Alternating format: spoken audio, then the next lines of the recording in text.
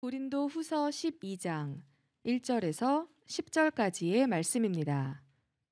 제가 가진 성경책 신약 성경 298쪽에 있습니다. 봉독하겠습니다. 무익하나마 내가 부득불 자랑하노니 주의 환상과 계시를 말하리라. 내가 그리스도 안에 있는 한 사람을 아노니 그는 14년 전에 셋째 하늘에 이끌려간 자라. 그가 몸 안에 있었는지 몸 밖에 있었는지 나는 모르거니와 하나님은 아시느니라. 내가 이런 사람을 아노니 그가 몸 안에 있었는지 몸 밖에 있었는지 나는 모르거니와 하나님은 아시느니라. 그가 낙원으로 이끌려 가서 말로 표현할 수 없는 말을 들었으니 사람이 가히 이르지 못할 말이로다. 내가 이런 사람을 위하여 자랑하겠으나 나를 위하여는 약한 것들 외에 자랑하지 아니하리라. 내가 만일 자랑하고자 하여도 어리석은 자가 되지 아니할 것은 내가 참말을 함이라. 그러나 누가 나를 보는 바와 내게 듣는 바에 지나치게 생각할까 두려워하여 그만두노라.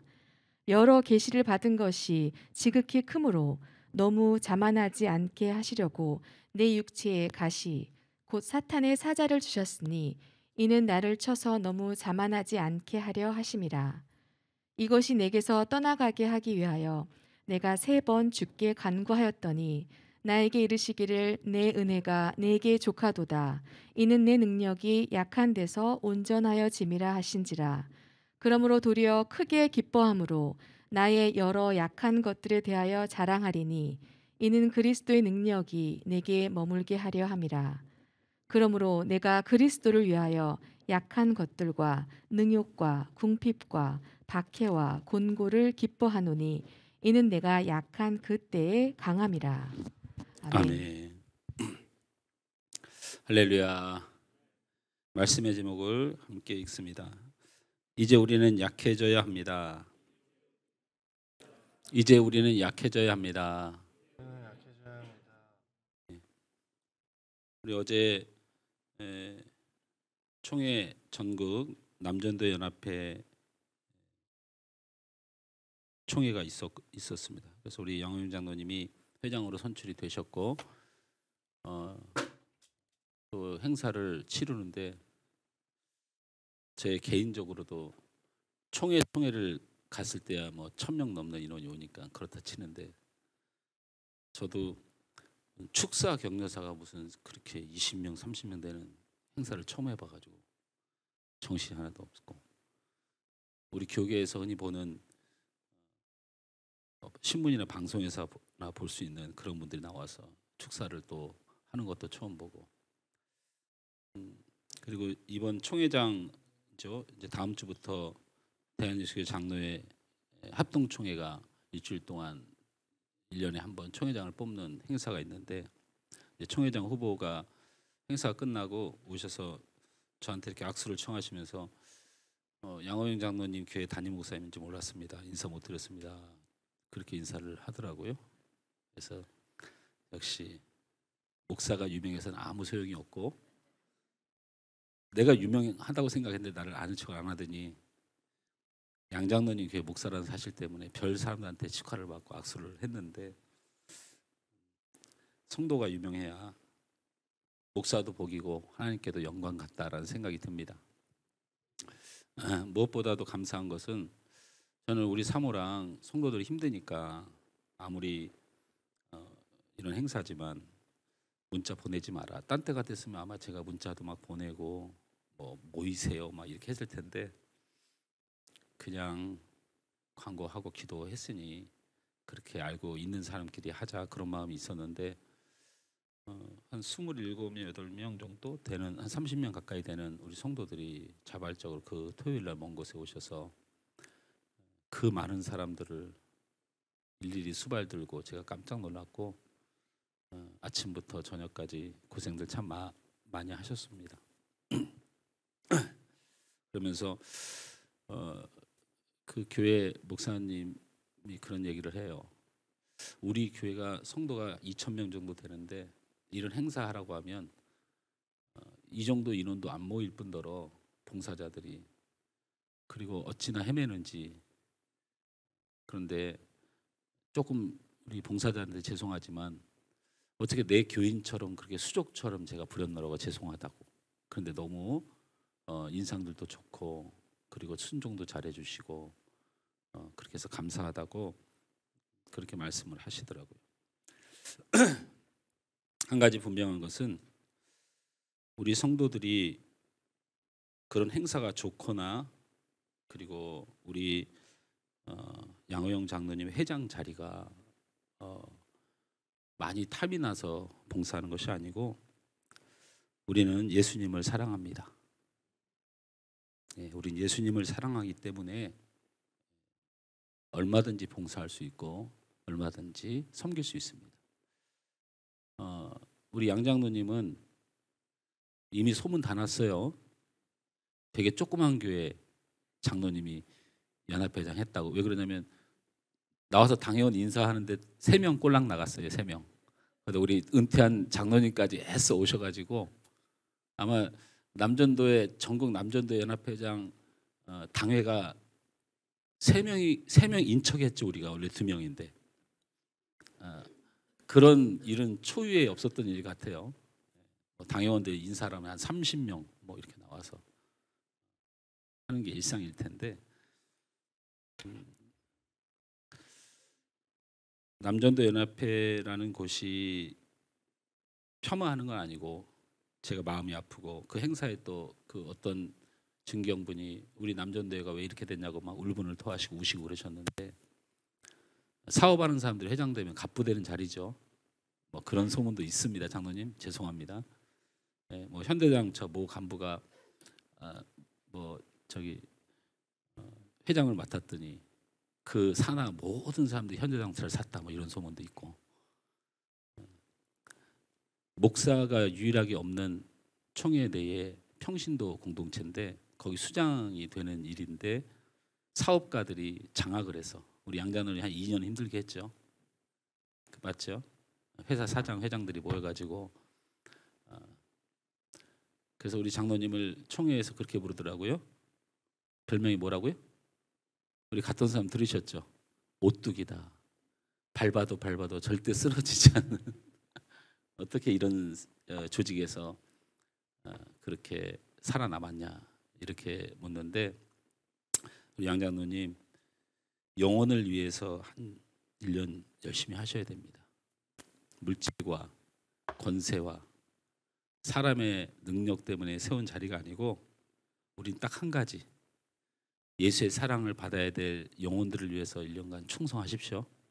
작아도 힘이 있고 없어도 부한 자고 능력이 모자라도 가장 능력이 있는 자가 되시길 주님으로 축원합니다. 자, 말씀의 제목을 한 번 더 읽었으면 좋겠습니다. 이제 우리는 약해져야 합니다. 바울이 성경에 등장하면서 성경에서 여러분 바울 서신이 성경의 한 3분의 1 정도가 되죠. 한 3분의 1 정도가 되는데 그래서 어쨌든 본인이 복음을 전하든지 뭘 하든지 간에 본의 아니게 상대를 자꾸 만나게 될 때마다 예를 들면 아주 힘이 강한 군사를 만날 때나 그리고 아주 그 유대의 종교 지도자들을 만날 때나 또 어떤 사도들을 만날 때나 본의 아니게 했던 많은 자랑들이 좀 있죠. 바울이 첫 번째로 세상의 자랑을 참 많이 하기도 했어요. 말씀을 함께 확인해 볼까요? 같이 읽으면서 편안하게 시작. 고린도후서 11장 5절에서 6절 말씀을 읽어봅니다. 나는 지극히 크다는 사도들보다 부족한 것이 조금도 없는 줄로 생각하노라. 내가 비록 말에는 부족하나 지식에는 그렇지 아니하니 이것을 우리가 모든 사람 가운데서 모든 일로 너희에게 나타내었노라. 사도들과의 만남이나 사도들을 지지하면서 바울의 복음 증거하는 능력을 쉽게 말하면 너는 사도의 권한이 없다고 항의하는 교회 측을 향하여 너무 직설적인 말을 했죠. 제가 사도보다 부족한 것이 하나도 없고 당신들이 나를 말이 좀 설교를 잘 못한다고 말을 하긴 하는데 이미 바울이 많은 것을 통해서 그것을 뛰어넘는 내 자신을 공개했다 이 말입니다. 이게 사실 사도행전을 보면요. 사도 바울이 각 지역의 언어로 막 말을 해요. 하다못해 고전 히브리어로도 말을 하니까 사람들이 이 사도 바울에 대해서 깜짝 놀라는 일이 벌어지는 여러 가지 일들이 있거든요. 또 말씀을 보죠. 고린도후서 11장 22절 말씀 시작. 그들이 히브리인냐 나도 그러하며 그들이 이스라엘인냐 나도 그러하며 그들이 아브라함의 후손이냐 나도 그러하며. 말씀드렸다시피 베냐민 지파의 소속이라는 거죠. 여러분 베냐민 지파는요 대단한 프라이드를 가진 그 지파입니다. 그래서 이 말을 내가 히브리인이고 이스라엘 사람이고 그리고 아브라함의 후손이라는 말로 내 출신 성분이 너희들에 비해서 내가 너희들한테 이런 천대를 받을 이유가 없다 이런 자랑을 했던 것이 기억나고요. 그 다음에 한 가지 또 자랑을 했는데 사도행전 22장 3절 말씀을 다 같이 읽습니다. 시작. 나는 유대인으로 길리기아 다소에서 났고 이 성에서 자라 가말리엘의 문화에서 우리 조상들의 율법에 엄한 교훈을 받았고 오늘 너희 모든 사람처럼 하나님께 대하여 열심히 있는 자라. 유대인으로서 길리기아 다소에서 났다라고 했는데요. 이 말은 약간 이럴 때 쓰는 단어입니다. 왕손이 해외로 나가서 유학을 시킨 사람 뭐 이런 약간 느낌이라고 봐야 돼요. 거기다가 가말리아 문화생이라고 하는 가말리엘 문화생이라고 하는 자신의 신분을 드러냈습니다.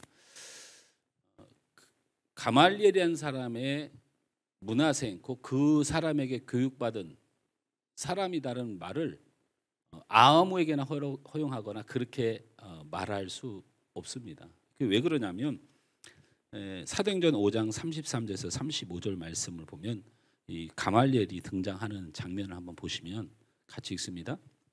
그들이 듣고 크게 노하여 사도들을 없이 하고자 할세 바리새인 가말리엘은 율법 교사로 모든 백성에게 존경을 받는 자라. 공회 중에 일어나 명하여 사도들을 잠깐 밖에 나가게 하고 말하되 이스라엘 사람들아 너희가 이 사람들에 대하여 어떻게 하려는지 조심하라.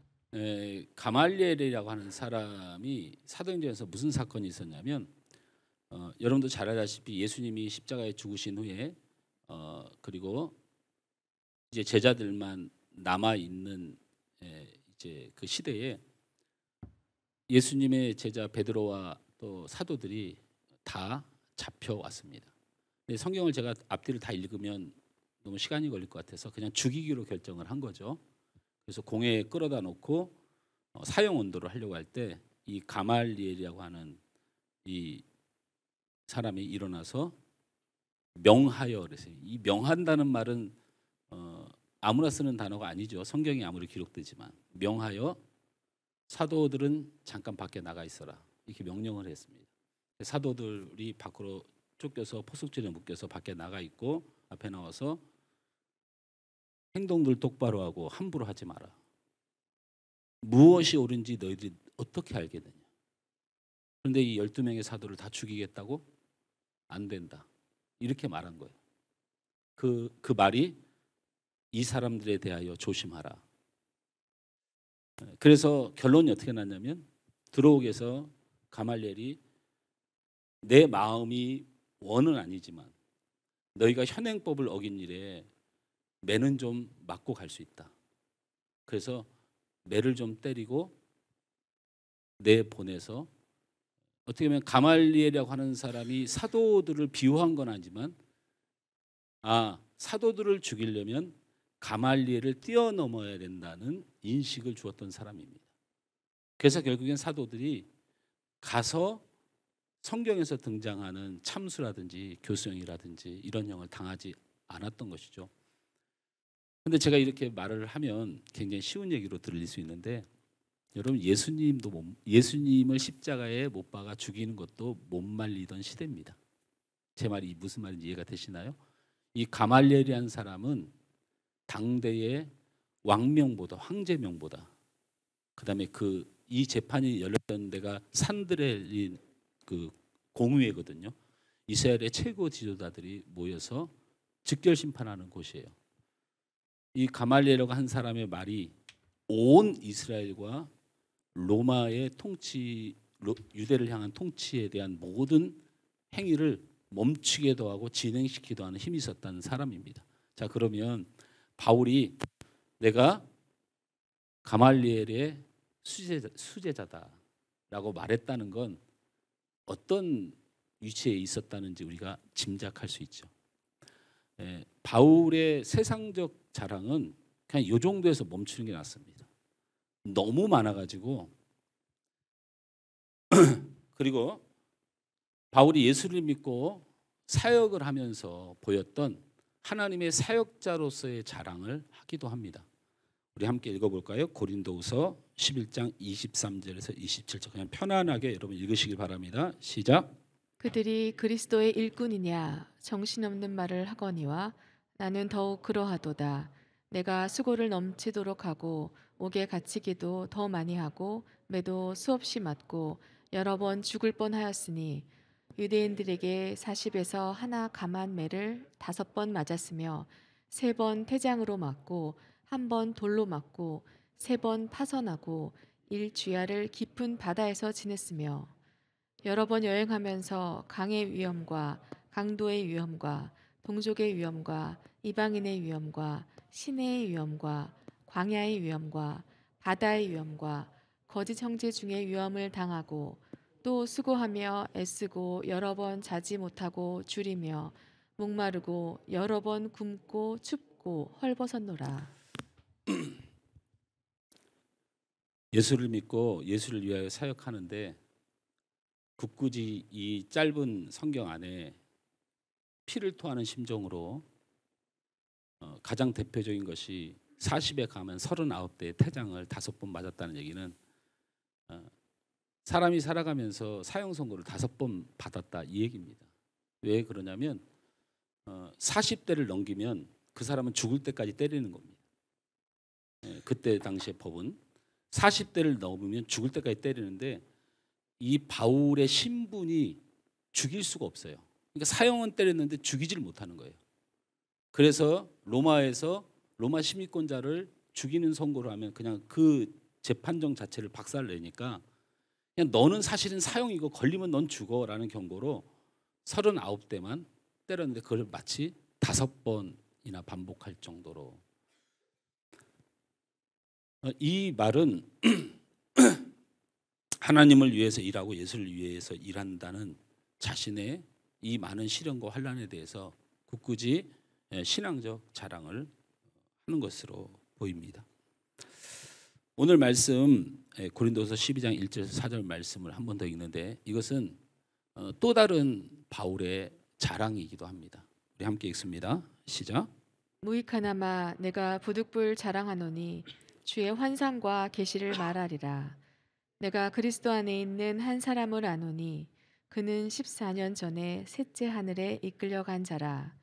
그가 몸 안에 있었는지 몸 밖에 있었는지 나는 모르거니와 하나님은 아시느니라. 내가 이런 사람을 아노니 그가 몸 안에 있었는지 몸 밖에 있었는지 나는 모르거니와 하나님은 아시느니라. 그가 낙원으로 이끌려 가서 말로 표현할 수 없는 말을 들었으니 사람이 가히 이르지 못할 말이로다. 바울이 잘 하지 않는 표현입니다. 잘 하지 않는 표현인데 영적 신비로운 체험에 대하여 이제 이야기하는 거예요. 여러분도 잘 알지만 바울은 복음주의자고 말씀을 기초한 철저한 학자이고 율법주의자예요. 그 율법을 깨뜨린 예수 그리스도를 발견한 후에 예수가 우리의 왜 구주이고 예수를 우리가 왜 믿어야 되는가에 대해서 하나님의 말씀으로 푸는 학자입니다. 그런데 드디어 바울이 어떻게 보면 생전하지 않았던 자신의 신비로운 이야기를 꺼낸 겁니다. 여기서 우리가 14년 전의 이야기를 꺼낸다는 것 자체가 우리에게 주는 교훈이 참 많습니다. 지금 14년 전에 경험했던 신비한 체험을 내가 너희들한테 말하지 않을 수 없다 말한 거는 그만한 이유가 있겠죠. 그렇죠? 14년 전이면 이 고린도후서가 AD 55년에서 56년에 기록됐으니까요. 14년 전이면 AD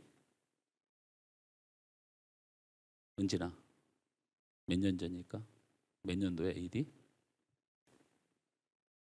여러분 우리 은진이가 우리 하늘소망교회 차서대 예배 인도자입니다. 왜 웃다 말아요? 그렇게 기도하고 몇 년 전부터 기도하고 열심히 매주 물어봅니다. 기타 열심히 하고 있니? 찬양 인도하는 거 열심히 보고 있니? 그랬더니 생각을 은진이가 예 하고 있습니다. 박수 한번 쳐줘요. 우리 김다운 간사님 피곤하시면 은진이한테 말씀하십시오. 네, 은진이가 예배 인도할 거니까. 그래서 내년부터 저 고등학교 들어가는데요 그러더라고. 몇 달 전에 물어보니까 내가 너 고등학교 들어가는 거 모르니? 열심히 준비해서 우리 김다운 간사님 잘 돕고 그 뒤를 이어서 인도도 하고 그랬으면 좋겠어요. 우리 김다운 간사님 불쌍하잖아요. 아줌마가 돼가지고 목소리가 막 다 쉬어가지고 막 통성기도 할 때 막 대표기도를 못 시키게 해서 순차해가지고 AD 41년에서 42년 정도가 되죠. 고린도후서 쓸 때 14년 전이라고 얘기했으니까 AD 55년에서 56년에 이 고린도후서를 썼으니까 14년 전이면 AD 41년에서 42년 정도가 되는데 요때 바울이 어디에 있었냐면 안디옥 교회에 있었습니다. 안디옥 교회에서는 본인이 사도라고 이렇게 복음을 전하는 입장이 아니었고 하나님의 은혜를 받고 성령 충만하여 열심히 충성하고 엎드려 기도하고 성도들 섬기고 사역자들 돕고 이런 위치에 있을 때 바나바가 사도 바울을 보고 정말 변했구나, 정말 주님을 만났구나, 그 감격으로 예루살렘 교회를 가니까 예루살렘 교회에서 제자들이 못 믿겠다, 그러다 우리 가서 다 죽는다, 그 바울이 어떤 놈인데, 바울이 바나바가 눈물로써 말하죠. 한 번만 더 믿어주시라. 그래서 베드로가 직접 안디옥 교회를 방문하죠. 거기서 사도 바울을 만나게 되고 거기서 베드로가 예루살렘 교회 온 주의 사역자들에게 바울의 그리스도를 만난 종으로서의 간증을 하게 되는 상황을 맞이했던 것이 안디옥 교회인데, 이 안디옥 교회에서 그 환상인지 계시인지 뭔지 모르지만 지금 우리 성경에는 몇째 하늘이라고 써 있어요? 몇째 하늘? 셋째 하늘이라고 말하고요. 여러분이 전에 갖고 있던 성경에 또 여러분이 귀에 익숙한 거는 삼층천이라고 써 있었어요. 내가 삼층천을 보았노니 뭐 이렇게 기록되어 있던 게 이렇게 해석을 바꿔놓은 겁니다. 그런데 이거는 유대인들의 유대인들이 하나님과 접근하는 어떤 그 방법을 이해하는 것을 우리가 조금 이해할 필요가 있는데, 하나님을 만날 때는 첫째 하늘을 지나야 된다고 생각했어요. 그게 대기권 안을 얘기해요. 눈에 보이는 하늘 정도, 대기권 안의 하늘 정도, 뭐 구름이 떠다니고 뭐 이런 거. 그다음에 둘째 하늘, 별과 달과 해가 있는 그곳. 하늘과 구별했어요. 지금 우리로 말하면 대기권 밖의 하늘을 말하는 거예요. 그러면 셋째 하늘은 어딜까요? 그곳을 지나고 나면 위대하신 하나님의 나라가 있을 것이다 라고 하는 이 세 번째 하늘 삼층천에 대한 이야기를 하는 거고요. 그래서 이 바울이 셋째 하늘을 갔다 왔다는 건 어딜 갔다 왔다는 거예요? 하나님의 나라를 갔다 왔다는 거예요. 바울이 본인이 하나님의 나라를 갔다 왔고 하나님의 나라에 가서 말로 입에 담을 수 없는 놀라운 비밀들을 알게 됐고 너무 어마어마한 사실을 알게 됐다고 지금 간증하는 겁니다. 이해가 되셨나요? 네. 우리 옆 사람을 깨웁니다. 일어나 그래. 일어나. 제가 좀 목이 아파가지고 딴 데 같으면 막 소리를 지르겠는데 목이 좀 아파가지고 좀 조그맣게 하니까 자장가 같잖아요. 또 오늘 또 우리 방송실에서 마이크에 베이스를 잔뜩 넣어가지고 내가 조금만 넣어달라 했더니 우리 정현이는 조금 나가면 많이 넣어버립니다. 기왕해 주는 거 후하게 줘버리거든요. 그래서 우리가 말씀을 들어야 하는 이유는 말씀이 여러분에게 반드시 생명이 됩니다. 설명하고 여러분을 감동시키고 여러분이 그걸 받아들이는 이 관계를 떠나서 하나님의 말씀의 선포를 듣고 받아들이면 하나님이 역사하십니다. 말씀은 논리도 아니고 글도 아니고 이해관계도 아니고 말씀은 그리스도십니다. 말씀은 하나님이에요. 제가 많이 답답하고 힘들었던 건 그런 거잖아요. 솔로몬의 지혜로 착각하고 있던 우리의 신앙이 말씀을 잘못 배워서 생긴 일이라는 거. 제가 그것을 30대 후반까지 그렇게 알고 살았다는 거. 엘리야의 제단의 영적 전쟁이 본인의 욕심인 걸 모르고 하나님이 그에게 얼마나 긍휼을 베풀었는가를 잊어버린 채 단순히 기도하고 부르짖으면 잘 된다고 배웠던 나. 기도하고 부르짖으면 잘 되지 않는다는 말이 절대로 아닙니다. 절대로 아니에요. 그런 뜻이 아니고 그 본문 안에서 우리가 성경에 한 장 한 장을 넘기면서 이 말이 무슨 말인지도 모르고 살아왔던 우리의 인생이 어떻게 하나님의 지배를 받고 어떻게 그리스도의 능력을 체험할 수가 있겠습니까? 하나님의 말씀이 빠져버린 내 인생에는 인간의 열심과 나의 오래적 습관과 그리고 다른 사람들이 흉내내는 그 흉내를 따라가면서 내 마음속에 해결할 수 없는 가슴 답답함과 허울 때문에. 그러나 저는 우리 하늘소망교회 성도들에게 하나님의 말씀이 강력하게 역사하시기를 주님을 축원합니다. 그래서 어쨌든 바울이 이런 엄청난 사실들에 대해서 얘기를 했는데 이제 여기서 우리가 궁금해야 되는 건 뭐냐면 그러면 저 같으면 제가 하나님을 뵙고 오고 제가 하나님의 나라를 체험하고 오면 14년 후가 아니고 안디옥에 있을 때 바울에게 필요한 게 있었어요.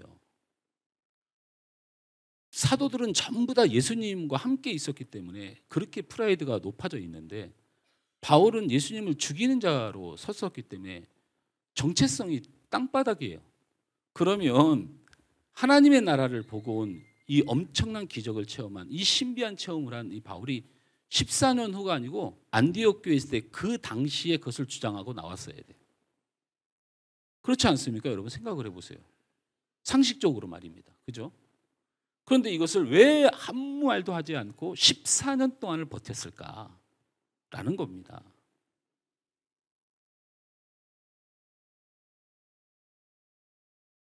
바울이 왜 이런 영적 신비한 체험을 14년 동안 함구하고 있었냐면 첫째는 주관적 경험이 원리가 되는 것은 안 됩니다. 이 말이 무슨 말이냐면 영적 신비한 체험이 장점이 있습니다. 이 장점은 딱 한 가지입니다. 개인적인 소명이나 신앙의 영역에서 주관적인 확신을 가질 수 있습니다. 그것이 신비한 체험의 장점이에요. 그런데 이 이면에는 위험성이 있습니다. 자기가 경험한 너무나도 주관적인 체험이다 보니까 이것을 일반화시키고 이것을 원리화시키려고 자꾸 합니다. 그래서 그 체험을 못한 사람, 그 기준을 받아들이지 않는 사람들이 틀렸다고 내지는 좀 부족하다고 아니면 예수를 잘 안 믿는 것 같다고 이런 방향으로 유도해왔던 것이 한국교회의 모습이에요. 저는 어떻게 볼까요? 우리 경백현 우리 성도가 여기 왔는데 예수님 믿으시죠? 네, 믿으시죠? 너무 단호하게 말하니까 괜히 질문했나 싶습니다. 좀 글쎄요 이래야 되는데 너무 믿음 있게 말하니까. 저는 예를 들자면요. 이거는 정말 하나님 앞에서 제가 용서를 구하고 그리고 제가 우리 성도들에게 용서를 구하면서 좀 위험스러운 말을 할게요. 어떤 성도가 예수를 믿는데 제사를 드려요. 여러분 예수 믿으면 제사를 드려야 됩니까? 안 드려야 됩니까? 여러분 다 제사 드리세요? 아니, 여러분 대답은 저희가 잘못 가르쳤더라도 여러분 대답은 좀 확실하게 해주셔야죠. 예수 믿으면 제사 드려야 돼요? 안 드려야 돼요? 그런데 드릴 수도 있습니다. 예수 믿는 사람이 제사를 드릴, 이거는 정말 방송에서 잘라주셔야 돼요. 목사 이게 날아갈 수가 있어요. 드릴 수도 있어요. 어떤 때 드릴 수 있습니까? 대답해 보세요.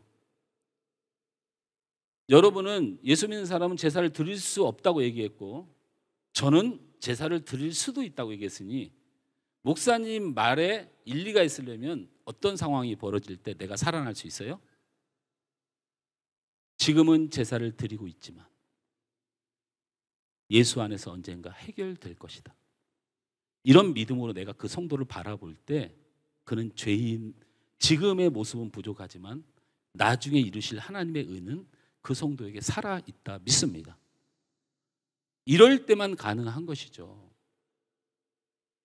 우리가 영적 신비한 체험이 신앙의 모토가 돼서 하나님의 음성을 막 들어야 하고, 눈에 앞에 막 천사들이 보여야 되고, 막 신비한 영적인 일들이 막 일어나는 것이 우리가 예수를 믿고 믿음을 가지는 척도가 돼버리면, 우리 후대들, 우리에게 역사하는 하나님의 그 다양성 앞에, 그 풍부하심 앞에, 우리를 만나주는 그 시간의 하나님의 자유스러운 하나님의 역사 앞에 우리는 큰 죄를 짓게 되는 거예요.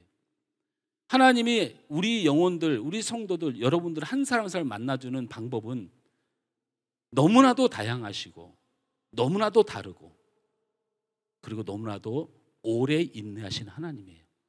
근데 그분을 사랑하신 하나님의 계획을 알지 못하고 한 가지의 신비로운 일이라고 하는 인간적인 감정이나 상황을 자극하는, 또는 한 영혼을 사랑하신 하나님께서 그에게만 특별히 허락하신 이 특별한 사랑에 관하여 일반화하고 오류한다면 여러분 어떤 상황이 벌어지겠습니까?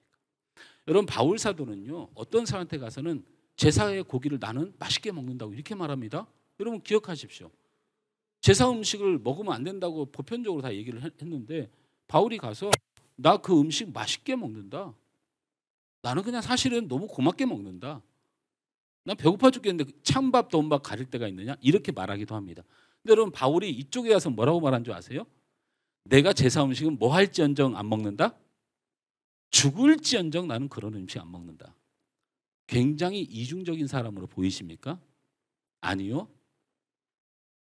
굉장히 하나님의 시각에서 보는 사람이에요. 그것이 잘못됐는지 어땠는지를 그들한테 평가하지 않고 하나님께서 그들의 마음을 감동시켜서 하나님이 기뻐하시는 일들이 이루어질 날을 기대하면서 그들이 교회 안에서 정죄받지 않길 원하는, 자기의 생각이 일반화되는 것을 거부하고, 자기가 하나님을 그렇게 알고 있지만 그것이 내게는 지금 이루어졌지만 저 성도에게는 나중에 이루어질 거라는 기대를 가지고 맡겨주신 양떼에 대하여 체벌을 하는 게 아니고 맡겨주신 양떼에 대하여 목양하는 그리스도의 마음으로 성도를 섬기다 보면 그러는 겁니다. 바울이 14년 동안 신비적인 체험을 하고도 이것이 내 신비로운 이 체험을 그때 당시에 말했다가는 바울이 세우고 주님을 믿는 사람들이 바울을 통하여 많이 늘어나게 되면 바울이 체험했던 그것이 신앙의 원리와 기준이 될까 봐 바울이 입을 닫은 거예요. 입을 닫은 겁니다. 그러면서 바울이 그 신비로운 체험 대신에 무엇을 했습니까? 하나님의 말씀을 풀고 가르치고 해석하고 바로 그 하나님 말씀을 깨닫기를 계속 말했다는 건 또 하나의 신비로운 영적 체험을 감췄던 이유는 하나님의 말씀보다 귀할 수 없기 때문입니다. 아멘이 안 됩니까? 신비로운 영적 체험은 하나님의 말씀을 넘어설 수 없습니다. 아멘. 이러면서 우리가 여기서 주목해야 될 것은 어쨌든 이것은 바울이 14년 동안 입을 닫고 있었던 신앙에 우리가 교훈을 삼는 것이지 오늘 메인은 아니지만 그래도 말씀의 전개를 보면 이렇습니다. 제가 이 말씀 하나 띄워드릴게요. 이제 여기서부터 제가 살짝 성경을 보면서 화가 나기 시작하는 장면이에요. 12장 4절 말씀을 다 같이 읽습니다. 고린도후서 12장 4절 시작. 그가 낙원으로 이끌려 가서 말로 표현할 수 없는 말을 들었으니 사람이 가히 이르지 못할 말이로다. 고린도후서 12장 6절도 또 띄워주시기 바랍니다. 함께 읽습니다. 시작. 내가 만일 자랑하고자 하여도 어리석은 자가 되지 아니할 것은 내가 참말을 함이라.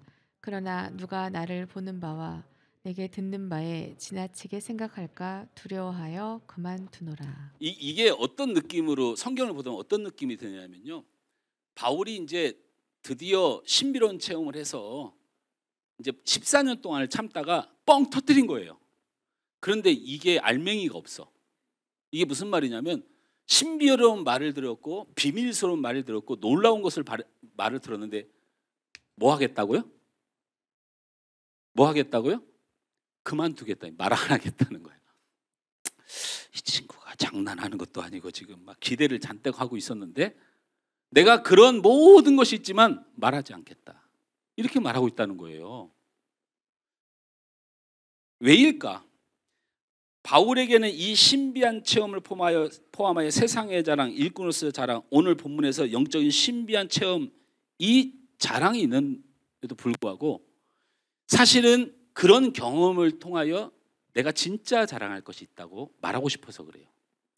세상의 자랑, 주님의 일꾼으로서의 자랑, 그리고 마지막으로는 많은 사람들이 부러워하는 신비로운 영적인 체험까지 한 자랑이 내게 있지만 이걸 내려놓고 진짜 자랑하고 싶은 것을 말하고 싶어서 이것을 꺼낸 거예요. 바울의 진짜 자랑이 무엇일까요? 우리 한번 봅니다. 고린도후서 12장 7절 말씀 같이 읽습니다. 시작. 여러 계시를 받은 것이 지극히 크므로 너무 자만하지 않게 하시려고 내 육체에 가시 곧 사탄의 사자를 주셨으니 이는 나를 쳐서 너무 자만하지 않게 하려 하심이라. 성경 그대로 띄워놓고 저를 보십시오. 단어 하나하나를 이 기회에 이해하는 것이 좋습니다. 육체의 가시는 여러분 몸이 아팠다는 얘기입니다. 많은 설이 있습니다. 이 바울의 몸이 아픈 그 설은, 근데 대표적인 설은 안질이다라고 하는 것입니다. 다메섹 도상에서 주님을 만날 때 눈이 멀었던 그 안질의 모습입니다. 그것은 여러분 그 갈라디아서인가 가보면 바울에게 성경을 보여주기 위해서는 굉장히 큰 글씨로 기록했다는 말이 있습니다. 그런 성경의 정황들, 그 다음에 바울이 앞을 볼 수가 없어서 그것을 대필했다는 설도 굉장히 많습니다. 그래서 바울만이 가지고 있는 복음인 것은 확실한데 그것을 대필한 사람이 디모데다, 디도다, 그 출신의 글이다 이렇게 표현하는 것을 봐서 바울이 눈에 문제가 있었던 것은 분명합니다. 이 육체의 가시인데 우리가 주목해야 될 것은 곧 그러니까 육체의 가시 곧 뭐라고요? 사탄의 사자를 주셨으니라고 말했어요. 여러분 이거 그냥 딱 이렇게 기록하면 이렇게 생각하면 됩니다. 욥을 생각하면 됩니다. 욥이 많은 고난을 당했죠. 그 고난을 진두 행동대장으로 내려왔던 게 누굽니까? 사탄입니다. 사탄인데 이것을 총괄하고 지휘했던 분이 누굽니까?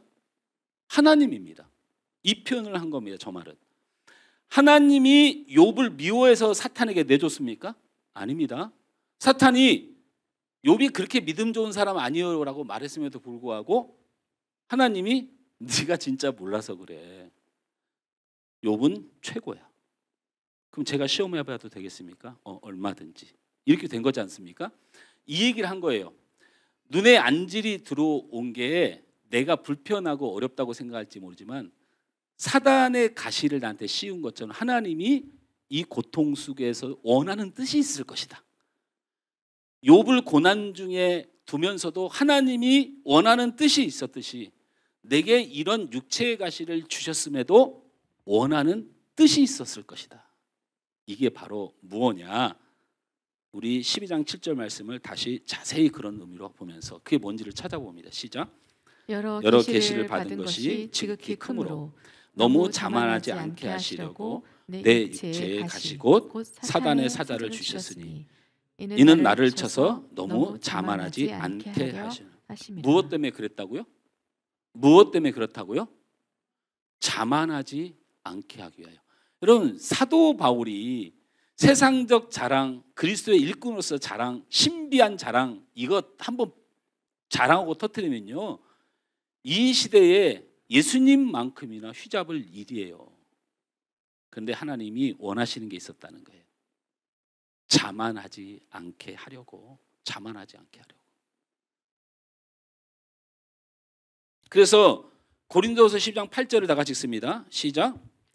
이것이 내게서 떠나가게 하기 위하여 내가 3번 주께 간구하였더니. 여러분, 사도 바울이 3번이나 울면서 눈이 너무 힘드니까 울면서 간구했다면 하나님이 응답해 주셔야 될 거 아니겠습니까?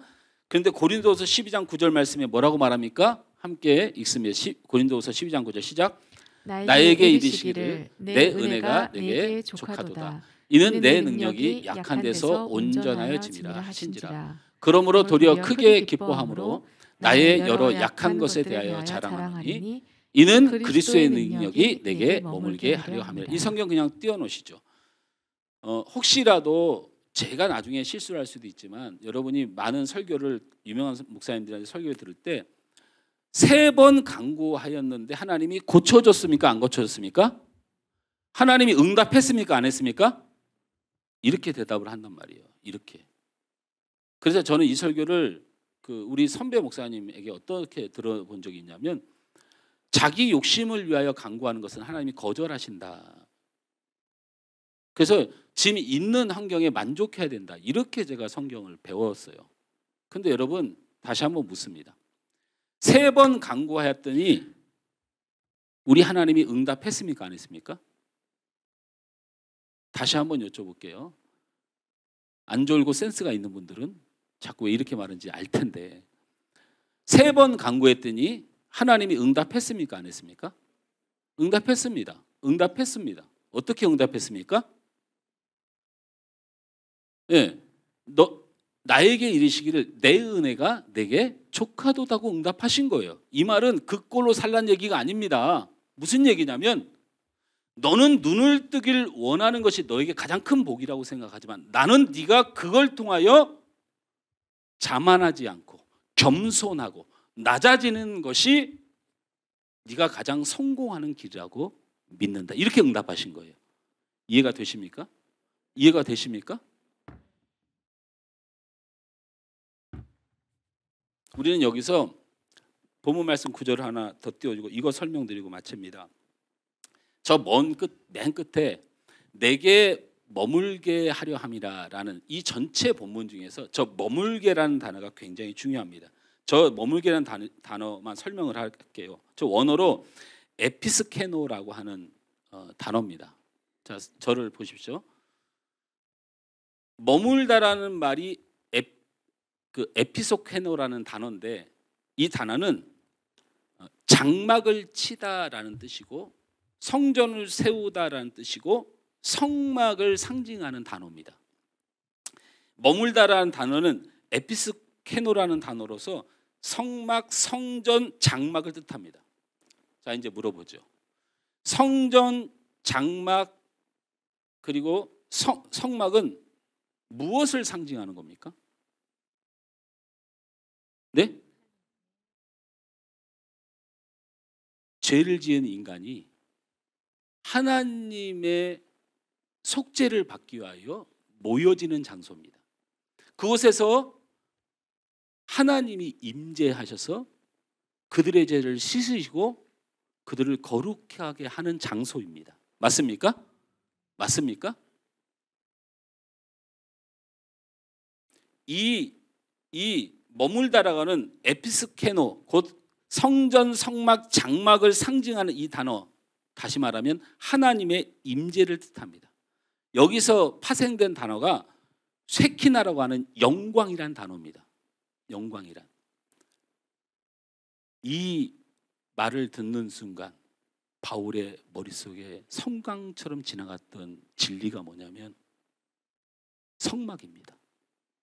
죄를 짓는 인간에게 하나님이 임재하시고 그를 너는 죄인이고 연약하지만 내가 너를 씻었고 내가 너를 다시 살리리라고 하는 이 성막의 역사를 기억하면서 내 은혜가 내게 족하도다 하면서 자신을 철저하게 쳤잖아요. 여러분 기억하십니까? 바울이 왜 이런 취급을 받아야 됩니까? 바울이 배운 것으로도 이런 처참한 지경에 이를 필요가 없고, 여러분 바울이 이 고린도서에서 얼마나 불쌍한 사람입니까? 벌벌 떨고 얼마나 힘들게 합니까? 얼마나 밟아놓습니까? 그렇게 하나님 일을 주님 사랑해서 하고 싶은 마음뿐인데 얼마나 처참한 지경까지 몰고 갑니까? 하다못해 얼마나 말을 못한다고, 얼마나 설교 못한다고, 얼마나 인도 못한다고 인간 이하에 발바닥에 놓고 이 고린도 교회 성도들이 지근지근 밟아댑니다. 바울이 왜 이런 고통을 당해야 됩니까? 학벌이 모자랍니까? 능력이 없습니까? 지금이라도 로마 군대를 동원할 힘이 없습니까? 도대체 이런 수준의 교인들을 상대로 왜 이런 취급을 받아야 됩니까? 바울의 하염없이 서러움이 있을 때 바로 성막, 네가 낮아지고 네가 거꾸로 떨어지고 네가 부러뜨려져야 하나님의 임재가 이루는 성막이 된다.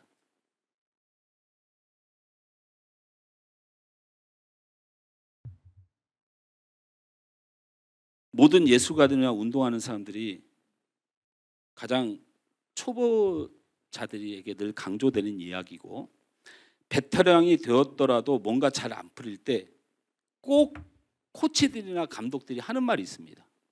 뭐라고 할까요? 따라서 합니다. 힘 빼라. 힘 빼라. 힘 빼라.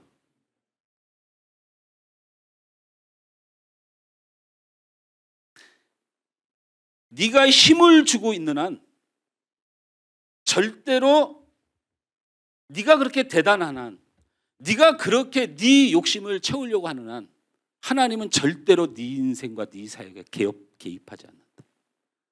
네가 거꾸로 떨어지고 무너지고 일어날 수 없을 때까지 땅바닥에 가라앉으면, 죽을 죄악 가운데 가득 차면 하나님의 임재가 이루어지고 그 임재가 나를 살리고 하나님의 능력이 임하고,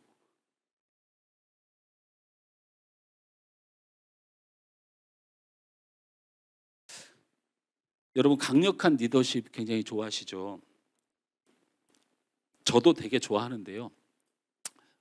목회자가 좀 강력한 리더십이 있는 걸 좋아하고, 저도 성향도 좀 그렇고, 그런데 저는 반대입니다. 전 진심으로 반대입니다. 제가 갖고 있는 이 자질과 성향 또는 이 외모 이런 것들 때문에, 또 말투, 그다음에 뭐 이런 어떤 가치관 때문에 우리 성도들에게 자꾸 이렇게 보이는 것이지, 저는 강력한 통치를 사실 원하지 않습니다. 그리고 우리 하늘소망교회도 담임 목사가 강력해져서는 안 됩니다.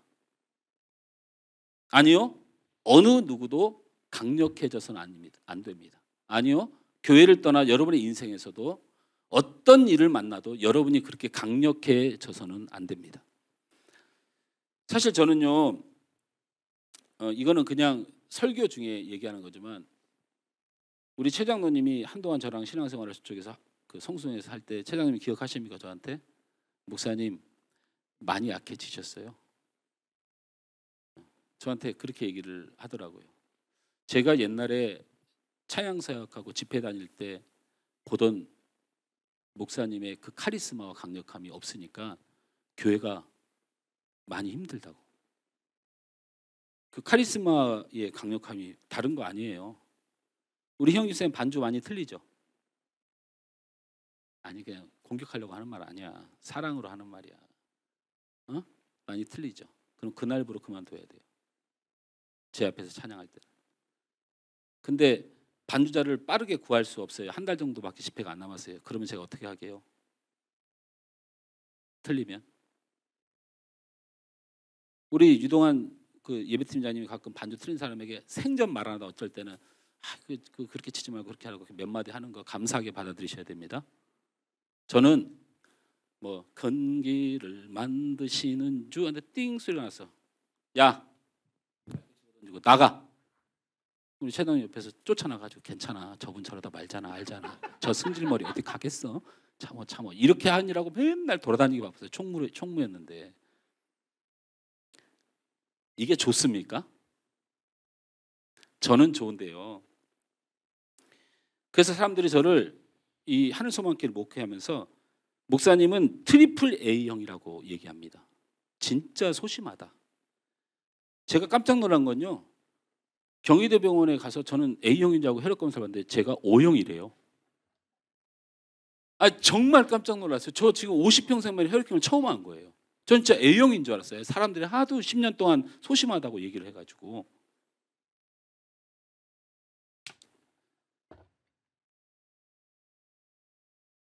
물론 저를 위해서 하시는 말씀이고 목회자가 때로는 그렇게 결단이 필요할 때도 있습니다. 근데 여러분이 한 가지를 잘 모르셔서 그래요. 제가 얼마나 강한 사람인 줄 여러분이 모르셔서 그래요. 지금도 얼마나 뭐가 많은 사람이지만 여러분이 잘 아는 거 알지만 하나님이 나를 이 김을 빼놓으려고 나를 부러뜨리고 꼬꾸라뜨리고 분질러 놓는 25년을 지냈습니다. 여러분 저를 밟아 보십시오.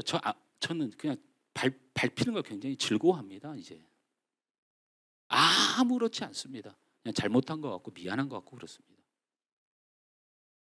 그런데 그 끔찍했던 25년 전으로 돌아가고 싶은 마음이 1도 없습니다. 제 모습이 얼마나 끔찍했는지. 저는 뼛속까지 교만한 사람입니다. 그럴 때마다 하나님이 너 정신 차려. 그 작은 상황들과 환경들로 저를 일어날 수 없을 때까지 다리몽둥이를 분질러 놓고 지금까지 나를 훈련시켰습니다. 틈만 나오면 꼬라지가 나오고 틈만 나오면 혈기가 나오고 틈만 하면 짜증나고 이걸 때려잡으려고 25년을 하나님이 힘쓰셨는데 저는 돌아가기 싫습니다. 말씀을 마칩니다. 바울이 내 육체에 가시는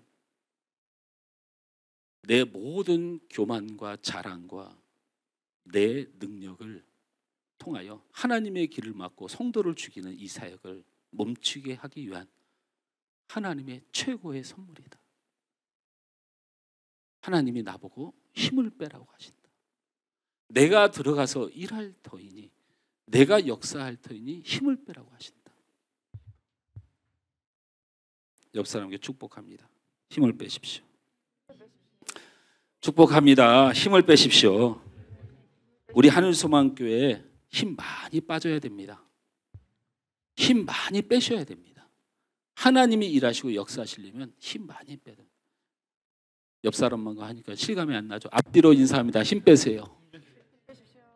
제발 좀 힘 좀 빼세요. 그건 못 하겠어요? 큰 소리로. 다정한 표정을 하지 말고 단호하게 제발 좀 힘 좀 빼세요. 믿습니까? 우리 하늘소망교회가 주님 오시는 그날까지 인위적이고 사람이 작용하는 힘에 의해서 분위기가 만들어지고 굴러가는 교회가 아니라 철저하게 성령의 기쁨과 성령의 강력한 통치로 우리 성도들이 기운도 나고 성령 때문에 기쁨도 있고 성령 때문에 순종하는 교회, 복음이 역동적으로 흘러가서 이 하나님의 복음과 하나님의 나라에 눈이 떠져서 우리 교회가 제발 작지만 하나님께서 귀히 쓰시는 능력의 교회가 됩시다. 우리 양호인 장로님이 비록 개척교회 출신이지만 하나님이 일하시는 하나님이 붙드시는 능력의 종이 되도록 축원합니다.